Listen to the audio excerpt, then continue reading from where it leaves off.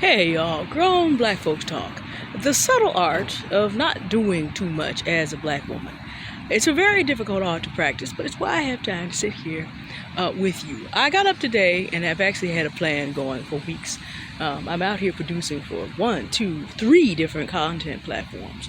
So I thought to myself, okay, I would get on the bus and I would go to this location, and this location, and this location, and be able to provide and contrast and all the rest. And then as I was going about doing that, the Spirit said, okay, are we doing it? I freed you from that, remember? You're doing too much. You're doing too much. I'm very much acclimatized, like many black women are, particularly if, I'm pretty confident and efficient about what I do, about doing too much. And what I really learned about that is that you don't actually get paid better.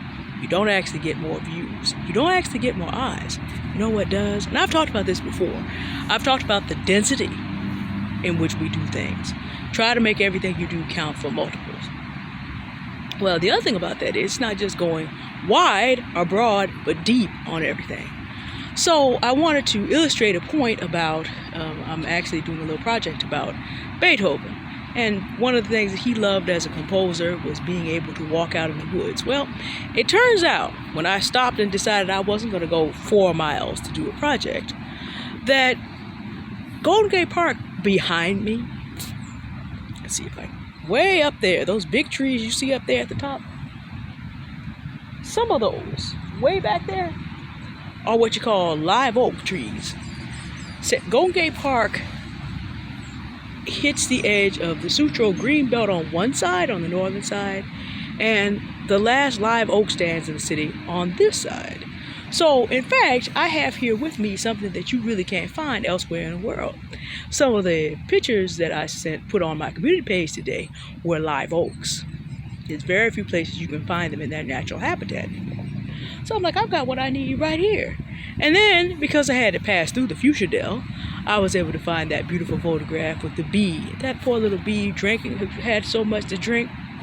She literally dropped down from there onto the ground. She was so heavy she couldn't orient herself. And I kind of watched over her to make sure she was okay. She flew off eventually.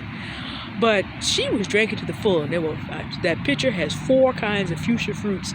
And there's actually 6 ripening up out there and 7 to 8 coming. All of this was available. I got my walk. Well, I'm not quite done. I've got to get back to the house. All this I got done within the realm of my usual walking range. There was no reason for me to run hither and thither. But as black women, we've been acclimatized to do too much. I am recovering just like everybody else. So I got my fruit done. Let's see, how many types of fruit have I eaten today so far? 6 types of fruit.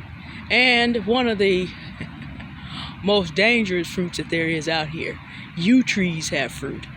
The fruit is sweet, somewhat like sweet boogers in texture. And the seed, if you crack that, you're gone. You're going to heaven. One of the most dangerous things out here, but they look pretty. They look pretty. But anyway, that's what I was able to get done by virtue of reminding myself, Deanne, don't do too much. I'm going to be able to get back to the house. I've got a Bible study to co-teach with my pastor for our young people. I have time to eat my food and enjoy it, and be able to do that, and then take care of some other business that has to go on.